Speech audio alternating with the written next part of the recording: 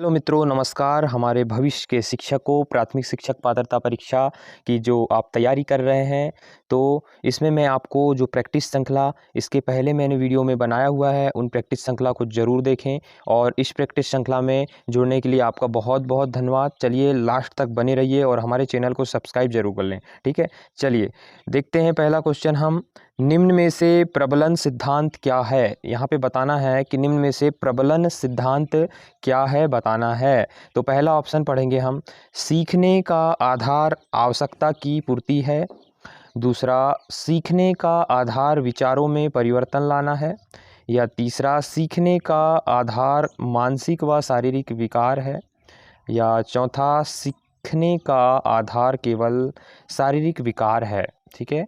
तो इसका यहाँ पे आंसर बताना है कि निम्न में से प्रबलन सिद्धांत क्या कहता है।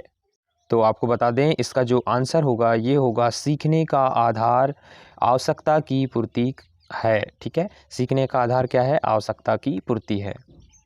अगला क्वेश्चन देखिए, देवनागरी लिपि अन्य लिपियों की अपेक्षा कहीं अधिक क्या होते हैं? कहीं अधिक वैज्ञानिक, ध्वन्यात्मक और कलात्मक, ध्वन्यात्मक, कलात्मक या भावात्मक। तो इन चारों में से बताना है आपको उत्तर कि देवनागरी लिपि अन्य लिपियों की अपेक्षा। तो मित्रों, इसका जो उत्तर हो जाएगा ये हो जाएगा वैज्ञानिक, ध्वन्यात्मक तथा कलात्मक, है ना। इसका जो उत्तर ये हो जाएगा। अगला क्वेश्चन देखिए, संप्रेषण की कुशलता बढ़ती है। तो संप्रेषण की कुशलता बढ़ती है, इसका आपको उत्तर बताना है। क्या होता है? धन से, अंतःक्रिया से, अनुभव से, प्रशिक्षण से। तो आपको बता दें, इसका जो उत्तर होगा ये होगा प्रशिक्षण से, है ना। संप्रेषण की कुशलता बढ़ती है प्रशिक्षण से। अगला क्वेश्चन देखिए, बच्चों में सीखने से होने वाला प्रभावपूर्ण परिवर्तन कौन सा मान्य है? जब बच्चा सीखता है तो क्या परिवर्तन होता है बच्चे के अंदर, आपको यहाँ बताना होगा। तो व्यक्तिगत प्रेरणाओं में परिवर्तन, मूल प्रवृत्तियों में परिवर्तन, व्यवहार परिवर्तन, सामाजिक परिवर्तन। इन चारों में से आपको उत्तर बताना होगा कि बच्चों में सीखने से होने वाला प्रभावपूर्ण परिवर्तन क्या होता है। तो इसका जो आंसर हो जाएगा आपका ये हो जाएगा सी, व्यवहार में परिवर्तन। क्या? व्यवहार में परिवर्तन। बच्चों में सीखने से होने वाला प्रभावपूर्ण परिवर्तन कौन सा है? व्यवहार में परिवर्तन। अगला क्वेश्चन देखिए, भाषा का प्रमुख कार्य क्या है? तो भाषा का प्रमुख कार्य बताना है आपको। भाषा का प्रमुख कार्य क्या होता है? भाषा बालक में ज्ञान प्राप्ति हेतु एक माध्यम की भूमिका निभाती है। या दूसरा, भाषा बालक को समाज में जोड़ने का कार्य करती है। या तीसरा, भाषा बालक को भावी तथा विचारों की अभिव्यक्ति सिखाती है। या उपरोक्त सभी। इसमें से आपको उत्तर बताना होगा क्या होगा। तो इसका जो उत्तर होगा ये होगा डी होगा। क्या होगा? डी इसका उत्तर होगा, सभी। भाषा का प्रमुख कार्य क्या है? तो भाषा बालक में ज्ञान प्राप्ति हेतु एक माध्यम की भूमिका भी निभाएगा और भाषा बालक को समाज में जोड़ने का कार्य करेगी, ठीक है। और भाषा बालक को भावी तथा विचारों की अभिव्यक्ति सिखाती है। ये याद रखेंगे, है ना। बहुत इंपॉर्टेंट है भाषा। अगला क्वेश्चन देखिए, निम्न में से मनोवैज्ञानिक दृष्टि से शिक्षा की सार्वभौमिक प्रक्रिया है। तो ये इसका आंसर बताना है, स्मरण, अधिगम, विस्मरण या फिर चौथा स्मरण एवं विस्मरण। तो इसका जो आंसर होगा ये होगा अधिगम। क्या होगा आंसर इसका? अधिगम इसका आंसर यहाँ पे हो जाने वाला है। निम्न में से मनोवैज्ञानिक दृष्टि से शिक्षा की सार्वभौमिक प्रक्रिया। अगला क्वेश्चन है, निम्न में से इकाई योजना खालिस्तान पर आधारित नहीं होती। इकाई योजना खालिस्तान पर आधारित नहीं होती, यहाँ पे आपको बताना होगा उत्तर।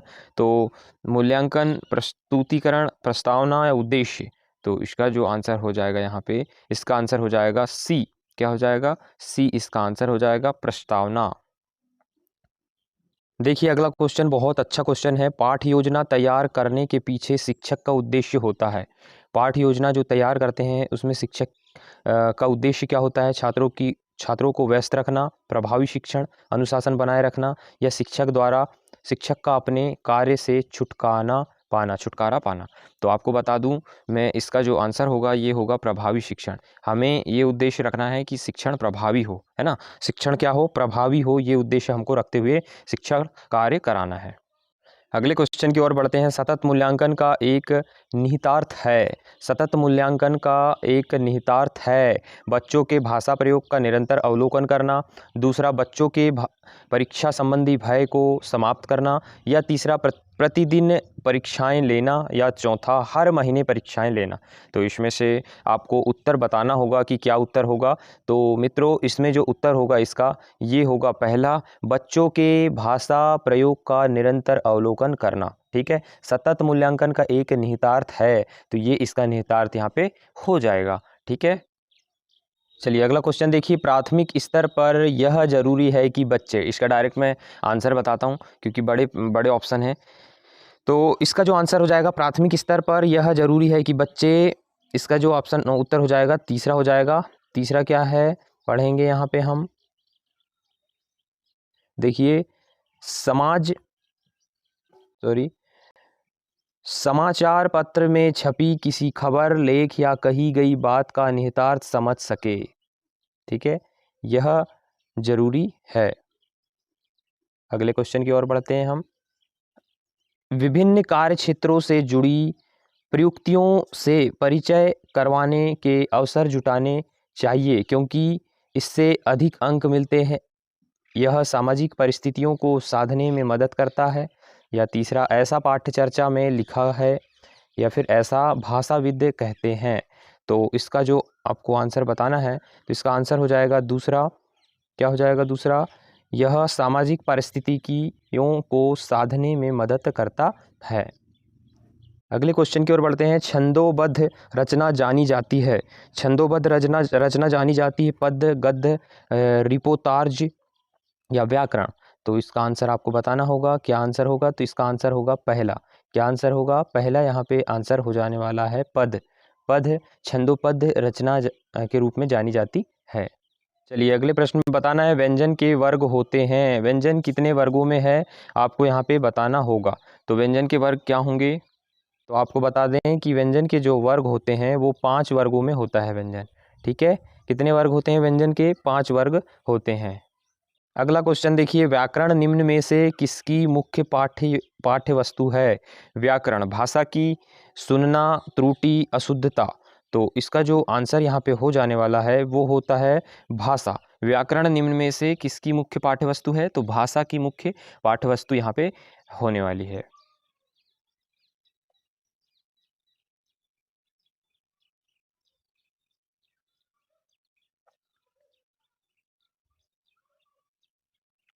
अगला क्वेश्चन देखिए। हिंदी में एक ध्वनि के लिए एक ही संकेत है, 2 संकेत हैं, 3 संकेत हैं, कोई संकेत नहीं। तो इसका जो आंसर हो जाएगा ये हो जाएगा पहला, एक ही संकेत है। अगला क्वेश्चन देखिए। LS वाइगोत्स्की के अनुसार भाषा एक अनार्जित योग्यता है, चिंतन भाषा को निर्धारित नहीं करता। या फिर तीसरा, भाषा एवं चिंतन एक दूसरे के स्वतंत्र रूप से विकसित होते हैं। या फिर भाषा चिंतन को निर्धारित करता है। तो इन चारों में से उत्तर आपको बताना है। तो आपको बता दें इसका जो आंसर होगा ये होगा तीसरा, भाषा एवं चिंतन एक दूसरे के स्वतंत्र रूप से विकसित होते हैं। अगला क्वेश्चन देखिए। निम्न में से भाषा शिक्षण का सामान्य उद्देश्य क्या है। भाषा शिक्षण हो रहा है तो उसका उद्देश्य क्या है, केवल पढ़कर अर्थ ग्रहण कर सके, केवल दूसरों की बात सुनकर समझ सके, या तीसरा, केवल बात बोलकर अपनी बात कह सके, या फिर पढ़कर अर्थ ग्रहण कर सके, बोलकर अपनी बात कह सके एवं दूसरों की बात सुनकर समझ सके। तो जो आपको प्रभावी लग रहा होगा इसमें से उत्तर जो अच्छा सटीक लग रहा है, तो ये लग रहा है आपका चौथा उत्तर। कौन सा लग रहा है, चौथा उत्तर सटीक और सही आंसर यहाँ पे हो जाने वाला है। ठीक है, अगला क्वेश्चन देखिए। निम्न में से कौन सा एक अशुद्ध उच्चारण का कारण है। अक्षर ज्ञान, प्रयत्न लगाओ, या तो अक्षर ज्ञान या प्रयत्न लगाओ, या वागिंद्रियों में विकार। तो इन चारों में से उत्तर आपको बताना होगा। क्या उत्तर होगा, तो ये होगा चौथा इसका उत्तर हो जाएगा, वागिंद्रियों में विकार, है ना। इसके बाद में देखते हैं, निम्न में से पाठ्यपुस्तक का अध्ययनात्मक पक्ष कौन सा है।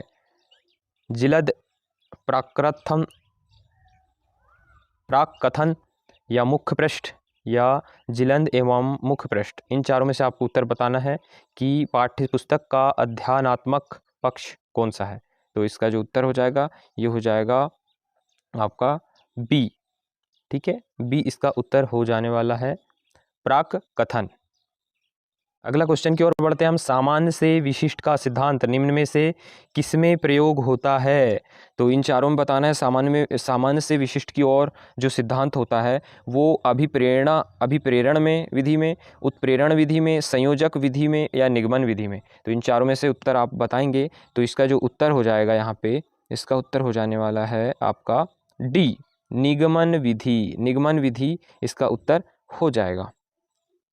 निगमन विधि में क्या करते हैं, सामान्य से विशिष्ट की ओर चलते हैं, और आगमन विधि में विशिष्ट से सामान्य की ओर चलते हैं। जस्ट उल्टी विधि होती है ना। तो मित्रों, बहुत अच्छे अच्छे क्वेश्चन मैंने आपको इस प्रैक्टिस श्रृंखला में दिया है, और भी आगे मैं अन्य विषयों की प्रैक्टिस श्रृंखला बनाए जा रहा हूं। लगातार प्रैक्टिस श्रृंखला चल रही हैं, ठीक है। तो मित्रों, आप हर वीडियो को ज़रूर अच्छे से देखें, क्योंकि हर वीडियो में अच्छे अच्छे क्वेश्चन मैं आपको दिया हुआ है ना। तो हर विषय की प्रैक्टिस श्रृंखला लगा लीजिए, बहुत हेल्प मिलने वाली है आपको। लगातार आप प्रैक्टिस श्रृंखला में ध्यान दीजिए। अब बहुत कम समय आपके पास में एग्जाम के लिए बचा हुआ है। तो भविष्य के शिक्षक पात्रता परीक्षा की तैयारी आप खूब मन लगाकर करिए। मुझे पूरी उम्मीद है कि आप इस बार शिक्षक पात्रता परीक्षा में अच्छे नंबरों के साथ में आप इस एग्ज़ाम को क्रैक करेंगे। ठीक है, चलिए मित्रों, अगर यूट्यूब चैनल को सब्सक्राइब नहीं किया है तो प्लीज़ सब्सक्राइब जरूर कर लें, और नेक्स्ट वीडियो को ज़रूर देखें, जितने भी मेरे वीडियो डले हुए हैं। ठीक है, चलिए मित्रों, नमस्कार।